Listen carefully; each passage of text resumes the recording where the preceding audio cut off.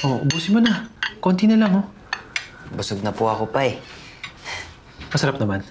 Okay naman. Alam niyo po pa, kung di po kayo naging tech guy, I think you're a chef. Nambola pa to eh. May kailangan ka? Wala naman po. Hindi, I'm just saying na like, you can cook for another person. Renz, is it really okay if I go on a date? Sure, why not? Okay na okay po pa. Bakit? May girlfriend ka na ba? Kasi napansin ko, recently parang ang aga niyo po nagigising.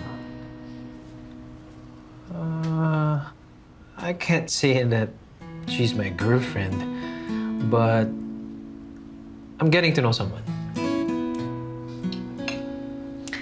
Well, as long as this lucky girl loves you and respects you, tayo, should be fine, Dad.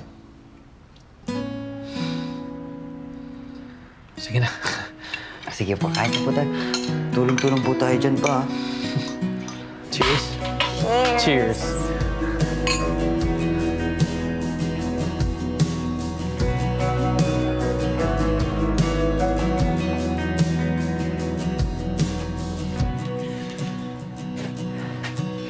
May I? Hannah? Sasayaw mo ko?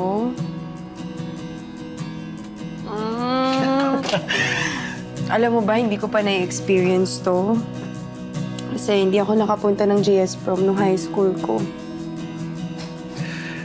Eh di, ako ang prom date mo tonight. Alam mo ba, sanay na sanay ako mag-isa. Pero simula nung dumating ka sa buhay ko, inalagaan mo ako. Pinaramdam mo sa akin yung totoong pagmamahal. Kaya, siguro hindi ko na kaya na mag-isa ulit.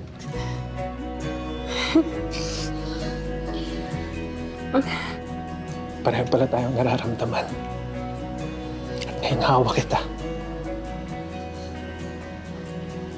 Ayoko nang bumitaw.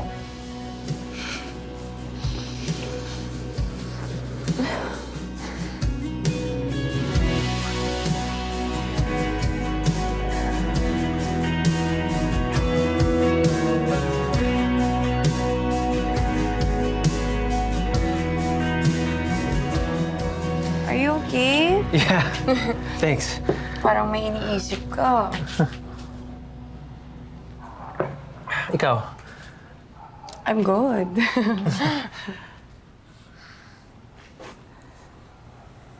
Hannah,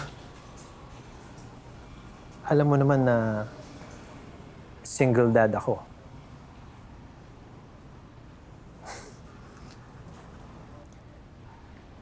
You know, nung nawala si Celine, everything was overwhelming.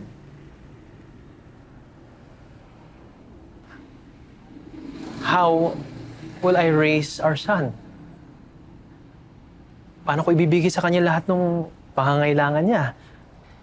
How will I be a good father and provider?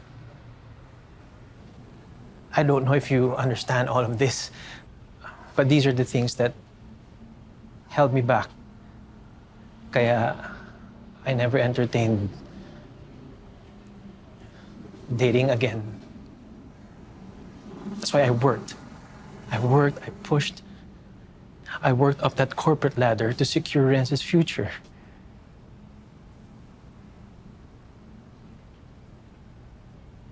Ngayon lang ako nagmahal ulit.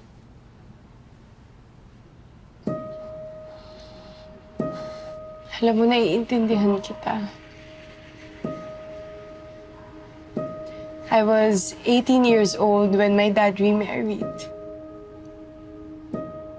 Hindi ko matanggap yun. Hindi ko maintindihan kung bakit ganun yung sitwasyon. Kaya kinilatis ko siya, pinahirapan ko siya. Pero nakita ko yung sincerity niya. At nakita ko kung gaano niya kamahal yung tatay ko. I'm sure maiintindihan ni Renz ang lahat. Napakaswerte mo sa anak mo.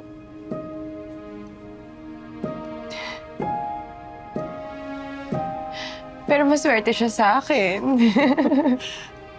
Kasi magkakaroon siya ng cool stepmom. Kaya huwag ka na malungkot. Nandito lang ako. Nandito lang ako para sa'yo.